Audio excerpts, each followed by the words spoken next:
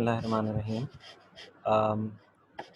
कल की जो क्लास थी उसमें हमने basically band pass filter and band stop filter complete किए थे, जिसमें हमने देखा था कि अगर आपने बैंड पास फ़िल्टर या बैंड स्टॉप फ़िल्टर डिज़ाइन करना है तो बेसिकली आपको जो first order low pass filter और first order high pass filter है उनको, अगर आप बैंड पास फ़िल्टर डिज़ाइन करना चाह रहे हैं तो आप उनको कैस्केड में लगाते हैं, और अगर आप बैंड स्टॉप फ़िल्टर बनाना चाह रहे हैं तो फिर आप उन दोनों को ऐड कर देते हैं, उनका रिस्पॉन्स ऐड कर देते हैं। ठीक है, तो आज की क्लास में हम थोड़ा सा आगे चलेंगे टुवर्ड्स सम न्यू टॉपिक, और जिसमें हम स्टडी करेंगे फ़िल्टर अप्रॉक्सीमेशंस को, और उसके बाद फिर हम जो है वो कुछ सेकंड ऑर्डर फ़िल्टर डिज़ाइंस की तरफ जाएंगे।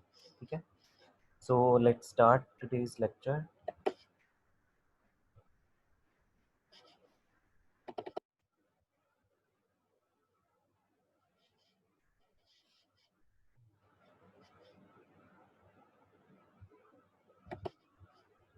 Okay, this is today's lecture just filter approximations.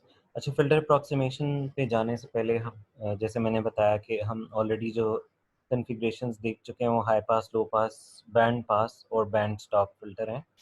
अच्छा, आइडियली अगर हम देखें तो आइडियली लो पास फिल्टर की अगर हम बात करें तो आइडियली लो पास फिल्टर कैसा होना चाहिए कि आपकी जो कट ऑफ फ्रिक्वेंसी है उसके ऊपर वर्टिकल ट्रांजिशन अगर अचीव हो रही हो, यानी पास बैंड जो आपका लो फ्रिक्वेंसी कंपोनेंट्स हैं जिनको आप मैक्सिमम गेन से पास करवा रहे हैं, और स्टॉप बैंड वो जो हाई फ्रिक्वेंसी कंपोनेंट्स हैं जिनको आप अटेनुएट कर रहे हैं। यहाँ तो आइडियली आप देख सकते हैं कि हम उन्हें इनफाइनाइट अटेनुएशन दे रहे हैं, यानी उनका मैग्नीट्यूड ज़ीरो कर रहे हैं। ठीक है, तो और जो ट्रांजिशन आपको यहाँ पे नज़र आ रही है, ट्रांजिशन आपको वर्टिकल 90 डिग्री ट्रांजिशन नज़र आ रही है कि जैसे ही कट ऑफ फ्रिक्वेंसी अचीव हो तो आपका gain from maximum to zero जो है वो अप्रोच कर जाए। ठीक है, ये आइडियल रिस्पॉन्स है।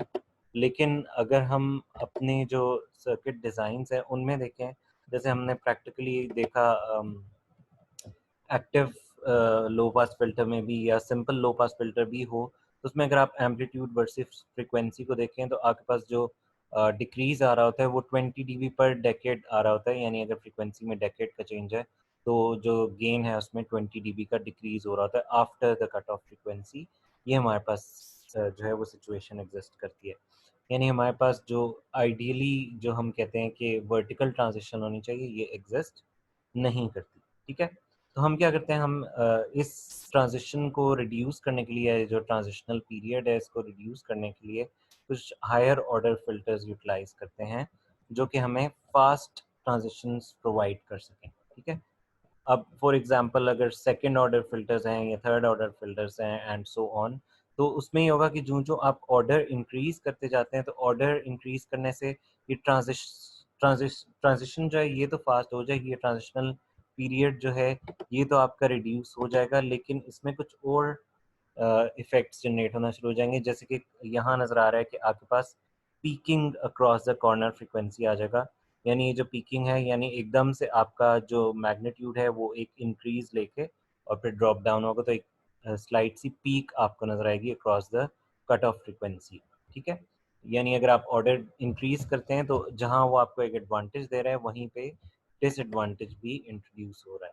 ठीक है, अच्छा, अब हायर ऑर्डर फिल्टर्स में दो तरह का आपके पास डिसएडवांटेज आ सकता है।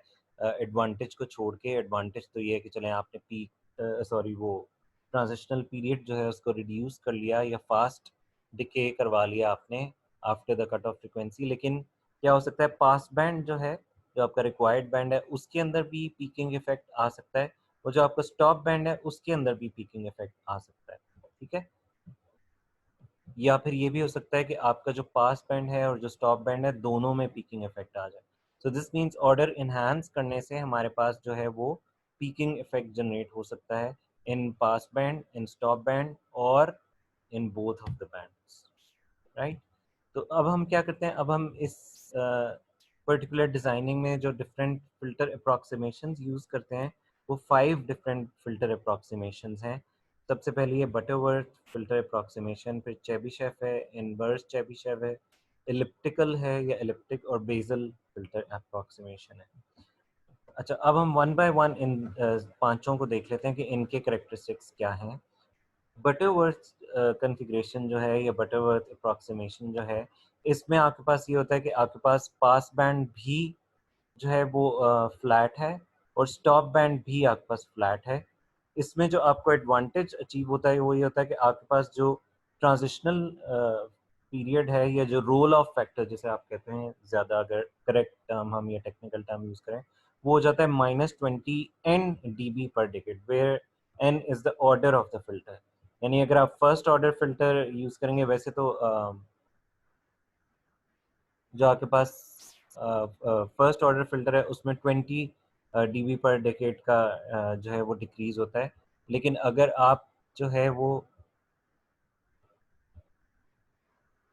सेकंड ऑर्डर का फिल्टर डिज़ाइन करेंगे बटरवर्थ में, तो सेकंड ऑर्डर फिल्टर में आपको 40 डीबी पर डेकेड का जो है वो डिके मिलेगा। अगर थर्ड ऑर्डर होगा तो 60 डीबी पर डेकेड, यानी ये ट्रांजिशनल पीरियड आपका रिड्यूस होना शुरू हो जाएगा जैसे जैसे आप ऑर्डर इंक्रीज करते जाएंगे।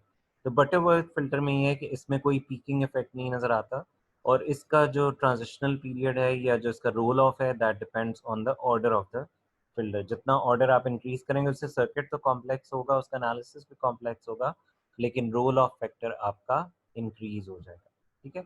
अगर चेबीशेव फिल्टर को देखें तो चेबीशेव फिल्टर में आपके पास जो रोल ऑफ है that is faster than the Butterworth filter, यानी ये तेजी से डिक्रीज करता है। लेकिन इसमें आपके पास रिपल्स आ जाते हैं इन पास बैंड, यानी जो आपका डिजायर्ड बैंड है उसमें रिपल्स इंट्रोड्यूस होते हैं।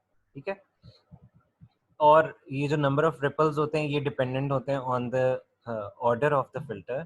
यानी अगर आपका ऑर्डर सेकंड ऑर्डर फिल्टर है तो फिर तो कोई रिपल नहीं आएगा, राइट। फिर तो आपका फिल्टर जो है वो आइडियली तो नहीं मैं कहूँगा, बेहतर परफॉर्म करेंगे आई शुड से। ठीक है। आइडियल तो ये होता है ना कि आपका वर्टिकल ट्रांजिशनल पीरियड या रोल ऑफ हो जाए। लेकिन अगर आपका ऑर्डर 4 है लेट से, तो फिर आपके पास यहाँ पर कितने रिपल्स आएंगे, 2 रिपल्स यहाँ पे आपके पास आ रहे होंगे। अच्छा, लेकिन ये कि यहाँ पे आपके पास जो रिपल्स हैं they lie between 0.1 dB to 3 dB, यानी जो आपका ये गेन आइडियल या रिक्वायर्ड गेन है, इससे रिपल अगर ऊपर या नीचे जाएगा तो वो 0.1 डीबी से लेकर 3 डीबी के दरमियान वो ऑसिलेट कर सकता है। ठीक है। ये आप जो चेबीशेव फिल्टर है इसका करेक्टरिस्टिक है। और इसमें ये होगा कि हर रिपल सेम ही एम्पलीट्यूड का होगा, लेकिन यानी अगर एक रिपल 0.1 डीबी ऊपर या नीचे जा रहा है तो दूसरा या तीसरा रिपल, जितने भी रिपल एग्जिस्ट कर रहे होंगे वो इतनी ही फ्लक्चुएशन दे रहे होंगे। तो अगर आपका रिपल जो है वो आपके लिए मैटर नहीं करता, अगर आप किसी भी सिस्टम को डिज़ाइन करें, आपकी रिक्वायरमेंट फास्ट ट्रांजिशन है या फास्ट रोल ऑफ है, तो फिर आप चेबीशेव फिल्टर यूज़ कर सकते हैं। यानी रिपल जो है वो अगर आपको लेट से कोई डिसएडवांटेज नहीं दे रहा आपके रिस्पॉन्स में, लेकिन अगर जिस तरह ऑडियो एम्पलीफायर्स होते हैं, अगर आप उनके साथ ये वाला फ़िल्टर यूज़ करेंगे तो फिर तो उसमें तो काफ़ी प्रॉब्लम होगी, क्योंकि उसमें ये नॉइज़ जनरेट करेगा। लेकिन कोई ऐसी एप्लीकेशन है जिसमें इन रिपल से फ़र्क नहीं पड़ता और आप सिर्फ ये चाह रहे हैं कि आपकी जैसी कट ऑफ फ्रीक्वेंसी अचीव हो उसके फ़ौरन बाद जो है वो फ़िल्टर जो है वो बाकी फ्रीक्वेंसीज़ को अटेनुएट करना शुरू कर दे, तो फिर आप चेबीशेव फ़िल्टर यूज़ कर सकते हैं। ठीक है।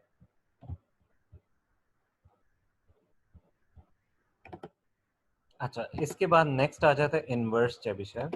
इनवर्स चेबीशेव जो है ये बिल्कुल चेबीशेव से इनवर्स इस तरह से है कि जिस तरह चेबीशेव में पास बैंड में रिपल्स थे, यहाँ पास बैंड फ्लैट है और जो स्टॉप बैंड है उसमें रिपल्स आएंगे।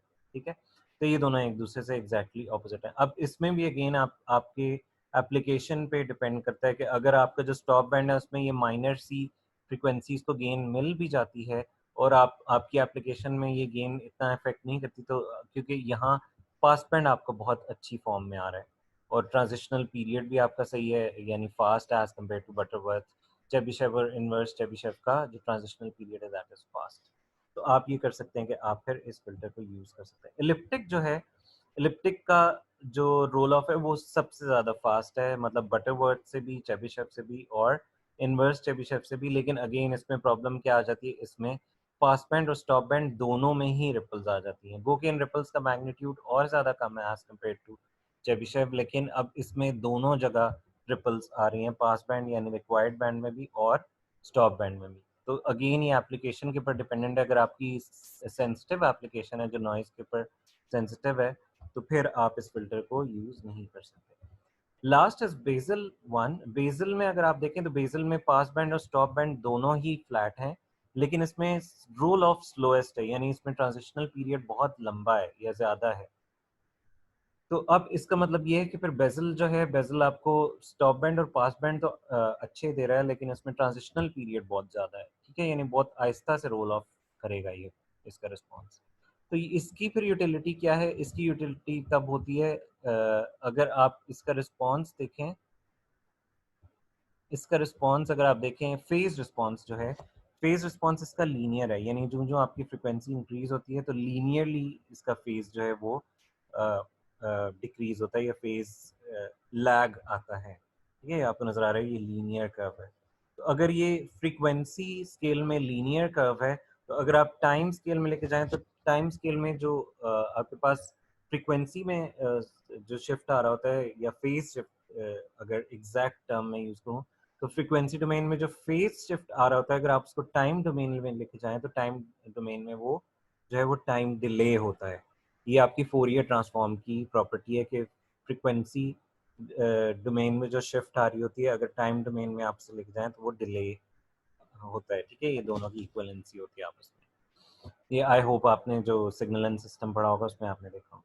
तो इसका मतलब ये है कि क्योंकि आपके पास लीनियर फेज डिले आ रहा है, तो इसका मतलब है कि जो कांस्टेंट टाइम डिले आ रहा होगा इन टाइम डोमेन, ठीक है।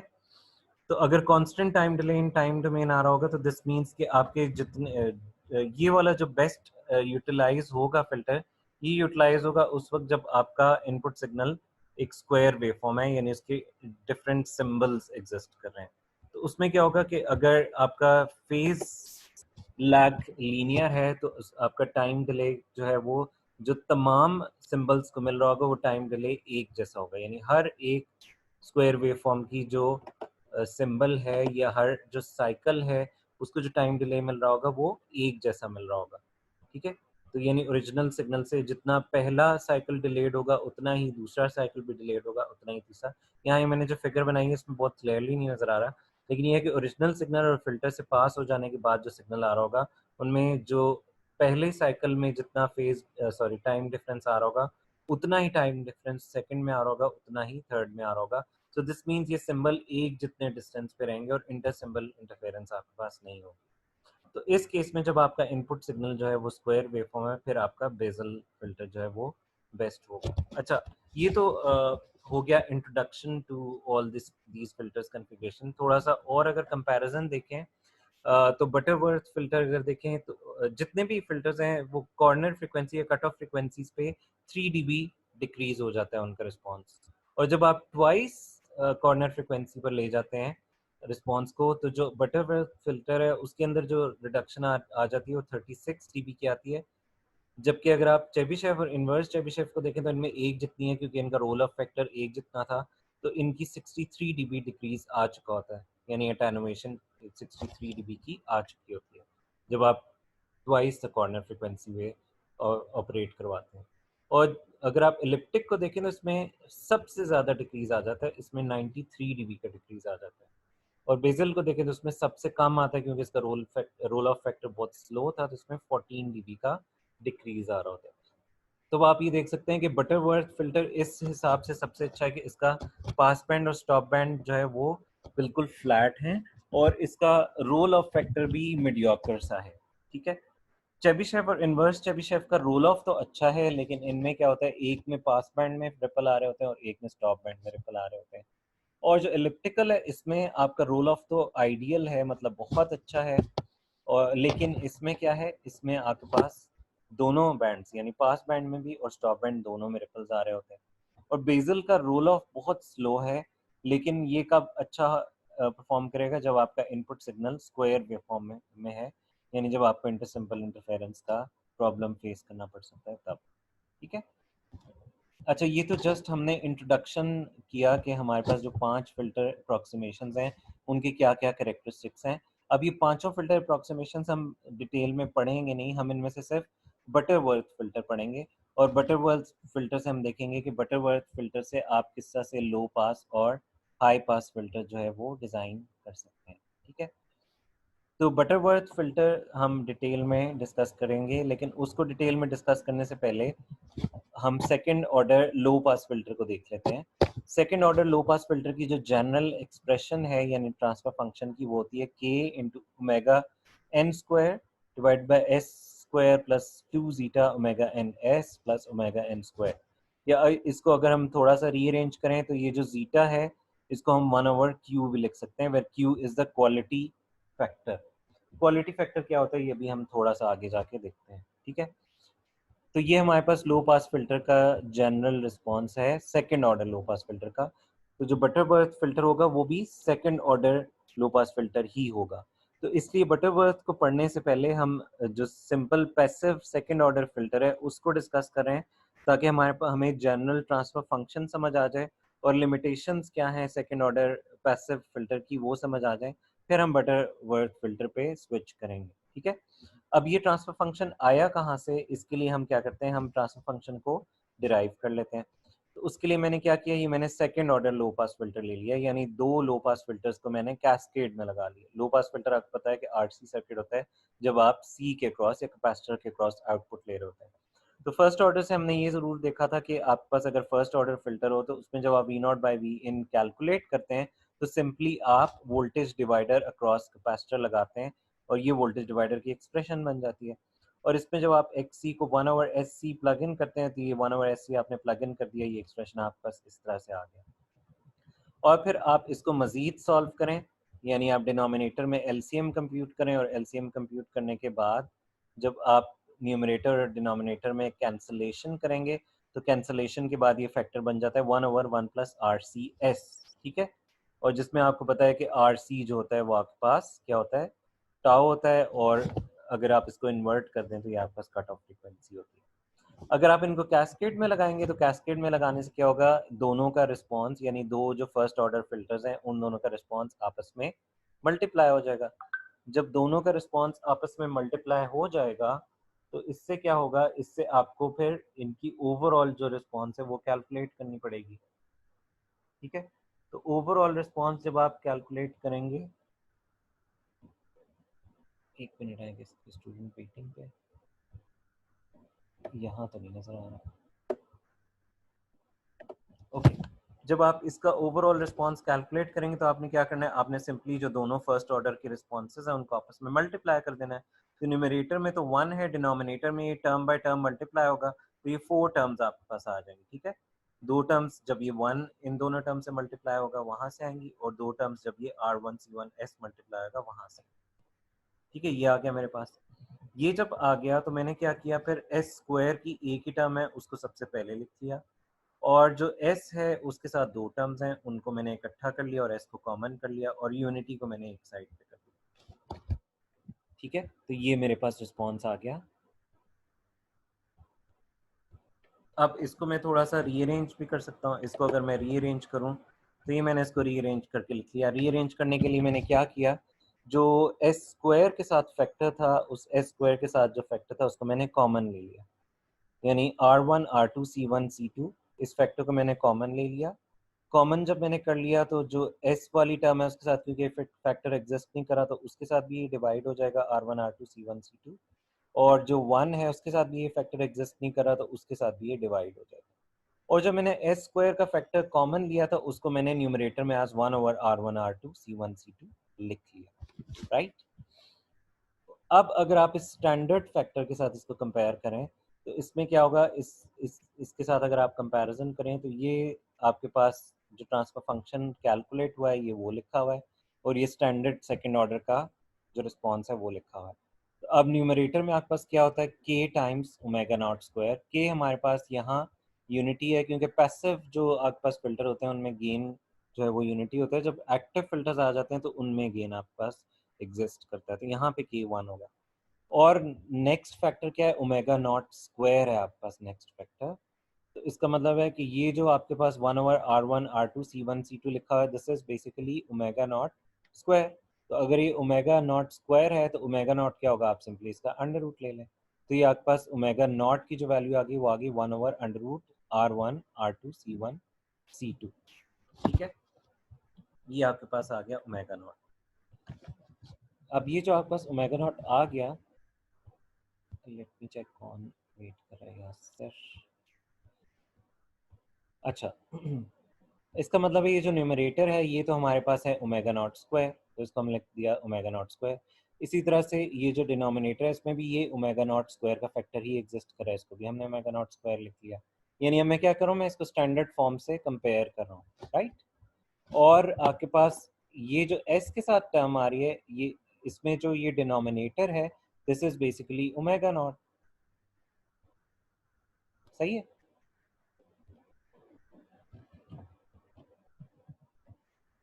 इसको आप क्या करेंगे, इसको आप ब्रेक करके लिखेंगे under root R1 R2 C1 C2 into under root R1 R2 C1 C2। तो एक ओमेगा नॉट में कॉम्पनसेट हो जाएगा और एक जो है R1 C1 plus R2 C2 का डिनोमिनेटर बन जाएगा, तो वो आपका Q आ जाएगा, ठीक है। तो ये आ गया, हमने शायद कैलकुलेट भी किया होगा, यहाँ मैंने मिस कर दिया Q का कैलकुलेशन।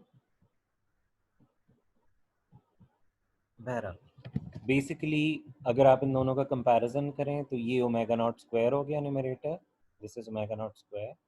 और डिनोमिनेटर में अगर आप आएँ तो ये जो 1/R1 R2 C1 C2 लिखा हुआ है ये भी ओमेगा नॉट स्क्वायर आ गया। और जो s के साथ टर्म आ रही है वो क्या आ रही है, R1 C1 plus R2 C2 divided bye R1 R2 C1 C2। इस टर्म को अगर मैं देखूं तो ये आपके पास, इसको मैं लिख सकता हूँ as 1/√R1 R2 C1 C2 into under root R1 R2 C1 C2। तो एक 1/√R1 R2 C1 C2 क्या बन जाएगा, ओमेगा नॉट बन जाएगा, जो ये आपको नजर आ रहा है, ठीक है, एस इंटू ओमेगा नॉट। और जो दूसरा फैक्टर बच गया R1 C1 plus R2 C2 divided by under root R1 R2 into C1 C2, वो आपका क्यू 1/Q बन जाएगा, ठीक है। तो आप वहां से फिर Q को कैलकुलेट कर सकते हैं, Q कैलकुलेट करने के लिए आप इसको इन्वर्ट कर दें, ठीक है। अच्छा अब आप इसमें ये देख सकते हैं कि अगर मेरे पास दो फर्स्ट ऑर्डर फिल्टर कैस्केड में लगे हुए हैं तो दोनों की कट ऑफ फ्रिक्वेंसीज एग्जैक्टली एक जैसी नहीं हो सकती, क्योंकि रेजिस्टेंस के अंदर टॉलरेंस होती है, ठीक है।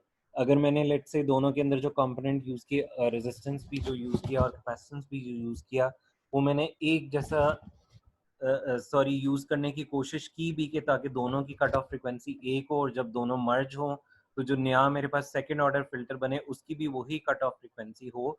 तो उसके लिए क्या होना चाहिए, जो आप रेजिस्टेंसेस यूज़ कर रहे हैं दोनों फिल्टर्स के अंदर, फर्स्ट ऑर्डर फिल्टर के अंदर यानी R1 और R2, और जो आप कैपेसिटेंसेस यूज़ कर रहे हैं C1 और C2, ये अगर एग्जैक्टली आपस में मैच्ड होंगे तो फिर आपकी ओवरऑल जो सेकेंड ऑर्डर फिल्टर की कट ऑफ फ्रिक्वेंसी होगी वो इन दोनों इंडिविजुअली जो आपके फिल्टर्स हैं इनके इक्वल होगी, ठीक है। वो कैसे, उसको आप यहाँ पे देख सकते हैं कि हमारे पास जो कट ऑफ फ्रिक्वेंसी का एक्सप्रेशन आ रहा है वो क्या आ रहा है, R1 R2 C1 C2। अगर आपके पास ये R1 और R2 मैच्ड है यानी R के इक्वलेंट है, और C1 और C2 मैच्ड है यानी C के इक्वल है, तो आप यहाँ पे अगर प्लग इन करें R1 की जगह भी R आ जाएगा, R2 की जगह भी आ जाएगा R, और C1 की जगह C और C2 की जगह भी C आ जाएगा, तो आ जाएगा 1/√R² C² यानी 1/RC के इक्वलेंट आ जाएगा, जो आपकी इंडिविजुअल फर्स्ट ऑर्डर फिल्टर की कट ऑफ फ्रिक्वेंसी थी। लेकिन ये सिचुएशन एग्जिस्ट करना एज सच 100% पॉसिबल नहीं होगा, ठीक है, क्योंकि आपके रेजिस्टेंसेस जो हैं वो एग्जैक्टली मैच्ड नहीं होते, और कैपेसिटेंसेस में भी कुछ ना कुछ इफेक्ट जो है वो आ सकता है। अच्छा अगर आपके पास लेट से आइडियली हमें कहें कि ये सिचुएशन एग्जिस्ट कर गई है, तो हम क्या करते हैं फिर, आइडियली अगर हमारे पास ये सिचुएशन एग्जिस्ट कर गई है तो हम क्या करते हैं, इस पर्टिकुलर इक्वेशन में हम जो रेजिस्टेंसेस हैं और कैपेसिटेंसेस हैं उनको इक्वल प्लग इन कर देते हैं। तो हमारे पास न्यूमरेटर में तो आ रहा था ये ओमेगा नॉट स्क्वायर, इसको ओमेगा नॉट स्क्वायर ही रहने दें। डिनोमिनेटर में था एस स्क्वायर प्लस ये जो पूरा फैक्टर है इसमें अगर आप प्लग इन कर दें R1 और R2 को R के इक्वलेंट और C1 और C2 को C के इक्वलेंट। अच्छा इसी तरह से जो थर्ड ये टर्म है यहाँ पे this is also omega naught square, तो उसको भी ओमेगा नॉट स्क्वायर ही लिखते हैं क्योंकि ओमेगा नॉट अब हमारे पास 1/RC के बराबर है, ठीक है। तो सिर्फ कौन सा वाला फैक्टर हमें कैलकुलेट करना होगा, ये जो डिनोमिनेटर में दरमियान वाला फैक्टर है इसको हमें देखना होगा कि अगर R और C मैच्ड हैं तो हमारे पास ये दरमियान वाला फैक्टर क्या बनेगा, ठीक है। ये जो दरमियान वाला फैक्टर है इसको अगर आप देखें तो ये दरमियान वाला फैक्टर जो है इसकी कैलकुलेशन आपके सामने आ गई कि अगर आपके पास रेजिस्टेंस और कैपेसिटेंस मैच्ड है तो ये फैक्टर न्यूमरेटर में क्या आ जाएगा, आर सी, और ये भी आ जाएगा आर सी, तो यानी R C plus R C will make it 2RC, और डिनोमिनेटर में क्या आ जाएगा, R square C square. So this means ये आपके पास कैलकुलेट होके आ जाएगा 2RC divided by R square into C square. यहाँ अब आपके पास आर सी एक एक पावर कैंसिल हो जाएगी और ये आपके पास बच जाएगा 2/RC, और 2/RC में 1/RC का जो फैक्टर है उसको हम लिख सकते हैं ओमेगा नॉट। ठीक है, ये 1/RC जो फैक्टर है ये ओमेगा नॉट आ जाएगा। तो यानी जो 2/RC आपके पास कैंसिलेशन के बाद फैक्टर बचेगा वो बच जाएगा 2/ओमेगा नॉट के। ठीक है,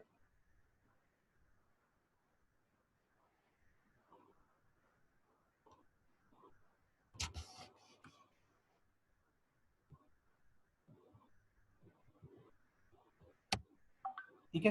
तो इसका मतलब ये है कि अब आपके पास ये फैक्टर आ गया 2/ओमेगा नॉट। तो अगर ये फैक्टर मेरे पास 2/ओमेगा नॉट आ रहा है तो इसका मतलब है कि अब मेरे पास जो Q की वैल्यू आ रही है, Q की वैल्यू मेरे पास 2 आ रही है, सॉरी Q की वैल्यू आ रही है 1/2। ठीक है, यहाँ ये मैंने आई गेस मिस्टेक किया, sorry. This will be equivalent to 2 omega naught, ये 2/ओमेगा नॉट नहीं होगा, this would be 2 omega naught, क्योंकि आपका स्पेक्टर आ रहा है 2 डिवाइडेड बाय आर सी, तो 1/RC को आप ओमेगा नॉट लिखेंगे, तो this would be 2 omega not. Sorry, इधर ये नोट कर लीजिएगा, दिस इज 2 ओमेगा नॉट। तो यहाँ ये फैक्टर अगर आप जनरल देखें, ये 2/ओमेगा नॉट को जनरल कन्फिग्रेशन से कंपेयर करें तो यहाँ आपके पास आ रहा होता है S times omega naught divided by Q. इसका मतलब है क्यू आपके पास क्या आ रहा है, क्यू आपके पास, अगर ये मेरे पास पूरा फैक्टर बन रहा है 2 omega naught, so this means Q is equal to half. तो इसका मतलब है यहाँ पे आपके पास क्यू जो आ रहा है वो 0.5 आ रहा है। अब हम ये देख सकते हैं कि ये जो क्वालिटी फैक्टर या क्यू होता है ये आपके फिल्टर रिस्पॉन्स को किस तरह से इफेक्ट करता है।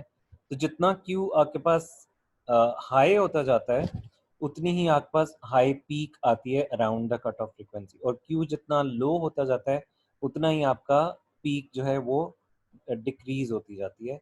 तो दिस मीन्स हमारा इंटरेस्ट ये होता है कि हमारे पास जो क्यू है दैट शुड बी लो, और आइडियली क्या होता है कि अगर क्यू आपके पास 0.707 आ रहा हो तो तब आपके पास कट ऑफ फ्रिक्वेंसी पे इन एग्जैक्टली कोई पीक भी नहीं आ रही होती और आपको 3 dB का डिक्रीज भी मिल रहा होता है। ठीक है, तो इसका मतलब ये है कि जो हमारे पास ये आरसी फिल्टर है, जो हमने दो आरसी फिल्टर्स को ज्वाइन करके कैस्केड करके सेकंड ऑर्डर में कन्वर्जन की है, अगर हम इसको यूज़ करेंगे तो इसको यूज़ करने से हमारे पास जो Q की वैल्यू आ रही है that is equal to 0.5। So this means आपके पास Q जो है वो आइडियल अपनी वैल्यू पे नहीं आ रहा। आइडियल क्या Q होगा, आइडियल हमारे पास Q होता है 0.707, यानी परफेक्ट मैच्ड केस में जो हमारे पास वैल्यू आ रही है वो 0.707 नहीं आ रही। तो इसलिए हम क्या करते हैं, हम बजाय इन पैसिव फिल्टर्स को यूज करने के हम बटरवर्थ फिल्टर की हेल्प लेते हैं। बटरवर्थ फिल्टर जो है वो इस चीज़ को इंश्योर करता है कि आपके पास कट ऑफ फ्रीक्वेंसी के ऊपर जो गेन की एक्सप्रेशन आ रही होती है दैट इज 0.707 ऑफ मैक्सिमम। ठीक है, यानी क्यू इसमें 0.707 के इक्वल हो जाता है ऑटोमेटिकली। ठीक है, तो इसलिए हम बटरवर्थ की हेल्प लेते हैं। एक तो ये बटरवर्थ को यूज़ करने का जो स्पेसिफिक रीजंस हैं वो ये हैं कि पहला रीज़न ये है कि आपके पास अगर आप फिल्टर का ऑर्डर इंक्रीज करते जाते हैं, पैसिव अगर आप फिल्टर्स को देखें तो फिल्टर का ऑर्डर जो जो आप इंक्रीज करते जाते हैं तो उससे क्या होता है, उससे आपकी कट ऑफ फ्रिक्वेंसी के अंदर वेरिएशन आने का चांस ज़्यादा होता है, क्योंकि जब आप ऑर्डर इंक्रीज करेंगे तो दिस मीन्स आप ज़्यादा आरसी सर्किट्स जो हैं वो कैस्केड में लगाते जा रहे हैं, या फर्स्ट ऑर्डर फिल्टर्स को आप कैस्केड में लगाते जा रहे हैं। तो जब आप कैस्केड में लगाते जा रहे हैं तो आपके पास परफेक्ट मैचिंग होगी या नहीं होगी बिटवीन रेजिस्टेंस एंड कैपेसिटेंस, ये जो है ये 100% चांस नहीं होता। तो दिस मीन्स हर एक फिल्टर की जो कट ऑफ फ्रिक्वेंसी होगी वो स्लाइटली डिफरेंट होगी, जिससे ओवरऑल जो आपकी कट ऑफ फ्रिक्वेंसी आएगी वो आपकी डिफरेंट होगी एज कम्पेयर टू जिसके लिए आप डिजाइनिंग कर रहे हैं। ठीक है, लेट्स से आप 1 kHz के लिए आर और सी चूज करते हैं और आप फिर ये पैरेलल में लगाते जाते हैं कि आपके पास order of the filter enhance हो ताकि आपका रोल ऑफ जो है वो ज़्यादा हो। लेकिन उससे क्या होगा, उससे हर इंडिविजुअल स्टेट की जो फ्रीक्वेंसी है, कट ऑफ फ्रीक्वेंसी, वो क्योंकि डिफरेंट है तो इस वजह से आपका जो ओवरऑल रिस्पॉन्स है, ओवरऑल रिस्पॉन्स की जो कट ऑफ फ्रीक्वेंसी होगी वो डिफरेंट होगी। ठीक है। ठीक है, एक तो ये रीज़न है कि हम बटरवर्थ पे क्यों स्विच करते हैं, और दूसरा ये क्वालिटी फैक्टर की वजह से। क्वालिटी फैक्टर हमारे पास आइडियल सिचुएशन यानी अगर तमाम रेजिस्टेंसेस जो इन इंडिविजुअल स्टेजेस के हैं वो आपस में मैच्ड हों, और तमाम कैपेसिटेंसेस जो इन इंडिविजुअल स्टेजेस के हैं वो आपस में मैच्ड हों, उसके बाद अगर आप क्वालिटी फैक्टर को कैलकुलेट करते हैं तो क्वालिटी फैक्टर आपके पास स्टिल 0.707 के इक्वल नहीं आता।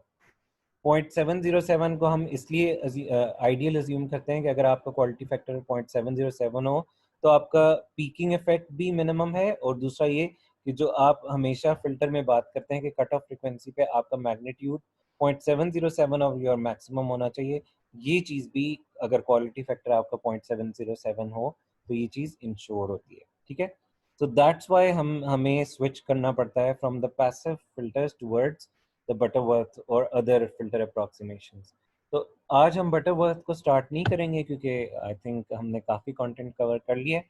जो इंशाल्लाह फ्राइडे की क्लास 2:30 पे मैंने स्केड्यूल किया मंडे की क्लास की जगह, उसमें हम बटरवर्थ फिल्टर अप्रॉक्सीमेशन स्टार्ट करेंगे, और उसमें हम हमारी कोशिश ये होगी कि हम जो उसमें से लो पास फिल्टर डिज़ाइनिंग है वो कंप्लीट कर लें। तो लो पास को हम मोस्ट प्रॉब्ली डिटेल में देख लेंगे, हाई पास फिल्टर जो है वो फिर आप एक स्लाइड सी चेंज के साथ जो है वो उसको खुद भी डिज़ाइन कर सकते हैं। सो आई विल स्टॉप हेयर, और मैं देखता हूँ कि कौन से स्टूडेंट्स के क्या क्वेश्चंस हैं। सबसे पहले फैसल का कोई क्वेश्चन है, लेट्स सी।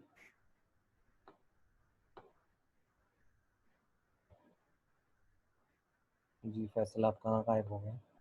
चलें यावर का क्वेश्चन देख लेते हैं।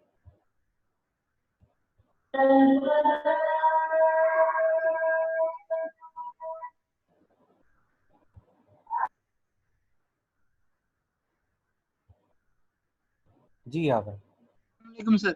वालेकुम अस्सलाम। सर आपने लेक्चर के दौरान ना 5 अप्रोक्सीमेशन बताई थी, जिस पे बटरवर्थ और 3 और थे नाम, जरा बेसल और बाकी 2 कुछ और थी। जी जी सर ये 5 अप्रोक्सीमेशन हैं, ये पांचों अप्लाई होती हैं या कोई खास कंडीशन होती है इनकी अप्लाई होने की? एक तो ये क्वेश्चन है सर। अच्छा, और सेकंड ये है कि सर ये जो 5 अप्रोक्सीमेशन है इनमें से मोस्टली कॉमन कौन सी यूज होती है, हम ये क्यों यूज करते हैं यही वाली ना? और ये 2 क्वेश्चन है सर ओके। पहले से। अच्छा, ये पांचों फिल्टर डिज़ाइंस आपके पास अवेलेबल हैं, ठीक है, यानी ये पांचों फिल्टर डिज़ाइंस यूज़ होते हैं, ठीक है। इसमें ठीक है डिपेंड सर। करेगा कि आपका जो सिस्टम है उसकी रिक्वायरमेंट क्या है। अगर आपकी रिक्वायरमेंट ये है कि आपकी जो इंटरेस्ट की फ्रिक्वेंसीज हैं उनको कांस्टेंट गेन मिलना चाहिए, और आपकी जो इंटरेस्ट की फ्रिक्वेंसीज नहीं है उन उन फ्रिक्वेंसीज पे गेन को ऑलमोस्ट ज़ीरो होना चाहिए, तो फिर आपकी जो रिक्वायरमेंट के अकॉर्डिंगली फिल्टर बनता है वो बटरवर्थ फिल्टर बनता है, ठीक है, क्योंकि उसमें पास हर बारी बटरवर्थ ही बनेगा? नहीं, यही मैं आपको बता रहा हूँ कि अगर आप ये चाह रहे हैं कि आपका पास बैंड जो है उसमें कांस्टेंट गेन मिल रहा हो, और आप ये नहीं चाह रहे कि पास बैंड जैसे ही आपका क्रॉस होता है एकदम से आपका गेन फौरी जीरो की तरफ जाए, लेकिन आप ये चाह रहे हैं कि जब गेन जीरो की तरफ चला जाए तो फिर जो आपका स्टॉप बैंड है उसके अंदर कोई फ्लक्चुएशन ना आए, तो ये आपकी इस सिचुएशन में बटरवर्थ फिल्टर यूज होगा। लेकिन अगर आपकी रिक्वायरमेंट ऐसी है कि आपको जैसे ही आपका रिक्वायर्ड पास बैंड खत्म होता है आपको बहुत तेज रोल ऑफ फैक्टर चाहिए, यानी आपकी जो अनरिक्वायर्ड फ्रिक्वेंसीज हैं उन पे गेन जीरो मिलना चाहिए, तो फिर आप जो है वो जो हमारी थर्ड कॉन्फ़िगरेशन थी विच वाज बेजल कॉन्फ़िगरेशन उसकी तरफ जाएंगे। बेजल नहीं था, सॉरी, एलिप्टिक था। लेकिन एलिप्टिक में डिसएडवांटेज ये है कि एलिप्टिक में आपको फ्लक्चुएशंस मिल रही थी, तो अगर आपकी जो एप्लीकेशन है वो नॉइज सेंसिटिव बहुत ज़्यादा नहीं है तो फिर आप बेजल यूज़ कर लेंगे, क्योंकि अगर फ्लक्चुएशंस आती भी हैं और आपकी एप्लीकेशन उससे इफेक्ट नहीं हो रही तो यू कैन यूज़ बेजल। यानी आपकी जो सिस्टम की रिक्वायरमेंट है उसके अकॉर्डिंगली आप फिल्टर चूज करेंगे। लेकिन अगर सबसे बेहतर कन्फिग्रेशन देखी जाए जो मोस्टली यूटिलाइज है तो वो बटरवर्थ फिल्टर है, क्योंकि उसमें पास बैंड और स्टॉप बैंड दोनों में फ्लक्चुएशन नहीं है। ठीक है, ठीक है सर। ओके। ठीक। मैं आप किसी और स्टूडेंट ओके सर, से शुक्रिया जज़ाकल्लाह। वेलकम। उसामा का क्वेश्चन पूछ लेते हैं। जी उसामा। वालेकुम। सर ये पूछना था, ये क्वेश्चन ये सब्जेक्ट के बारे से तो नहीं है, इसके बारे से सर आप थोड़ा लाउड बोलेंगे, मुझे आवाज नहीं। हेलो। जी जी। मैं कह रहा हूँ सर ये मैं इस सर फिजान क्या ऐसे पीडीयू वाले की यूनिवर्सिटी 1 जून से ओपन हो जाएगी। कब से ओपन हो जाएगी? 1 जून से 1 जून। बेटा ये सुनने में आ रहा है कि एचईसी जो है वो गवर्नमेंट को शायद अप्रोच करेगा कि यूनिवर्सिटीज 1 जून से ओपन करें, लेकिन ये अभी क्लियर नहीं है क्योंकि जिस तरह से सिनारियो अभी आप देख रहे हैं, जिस तरह से केसेस अच्छा इंक्रीज हो रहे हैं, तो शायद ये पॉसिबल ना हो। लेकिन हमारी भी कल मीटिंग में डिस्कस हुआ था कि एचईसी चाह रही है कि 1 जून से ओपन करें यूनिवर्सिटीज, लेकिन उसमें बहुत सारे हर्डल्स भी होंगे कि ट्रांसपोर्ट नहीं है, स्टूडेंट्स किस तरह से आएंगे और दिन से और सर ये रहेंगे कहाँ, हमारे घर के ये पास सारे भी काम। एमएच पूरा फुल हुआ है इनका, और हमारे घर के पास 3-4 केसेस निकल चुके हैं। तो तो ये ये तो ही फैलेगा सर इस तरह रीजंस तो से। शायद डिस्कस होंगे फिर कि क्या सिचुएशन आइडियल है, लेकिन अभी क्लियर नहीं है। Yes thank you sir. ठीक है, आपकी आवाज़ बहुत स्लो आ रही है, तो अभी जितनी मुझे आपकी बात समझ आई है उस पर मैंने यही आंसर करना। ठीक है sir thank you. Okay.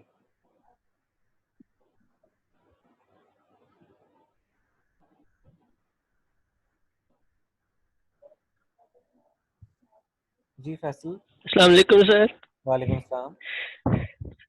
Sir फिर ये जो बटरवर्थ अप्रोक्सीमेशन है, इसमें हम ऑर्डर को बढ़ा के अपनी आइडियल सिचुएशन में भी जा सकते हैं, मतलब अपना फिल्टर जो आइडियल वो भी आइडियल में डिसाइड 90 डिग्री पे या वर्टिकल पे तो आप नहीं जा सकते, वो तो अचीवेबल नहीं है। लेकिन ये है कि आप इम्प्रूव कर सकते हैं, लेकिन उसके लिए जो आपको प्राइस पे करनी होगी वो ये होगी कि आपका सर्किट बहुत कॉम्प्लेक्स हो जाएगा और हार्डवेयर इंक्रीज हो जाएगा, ये इसकी प्राइस पे। जी लेकिन इसमें आपके पास ठीक। एटलीस्ट ये ऑप्शन है कि आप ऑर्डर अगर इंक्रीज करते हैं तो आपकी जो रोल ऑफ है वो भी डिक्रीज होती जाती सर है। तो मैक्सिमम कितना ऑर्डर कर सकते हैं हम जो इजीली हम देख सकें फिर मैक्सिमम उसे तो हैंडल ऐसी कर कोई सकें। लिमिटेशन नहीं है, लेकिन अगेन आपके सिस्टम का साइज जो है वो इंक्रीज होता जाता है, तो इसलिए हम ये कहते हैं कि हम बहुत ज़्यादा इंक्रीज नहीं कर सकते।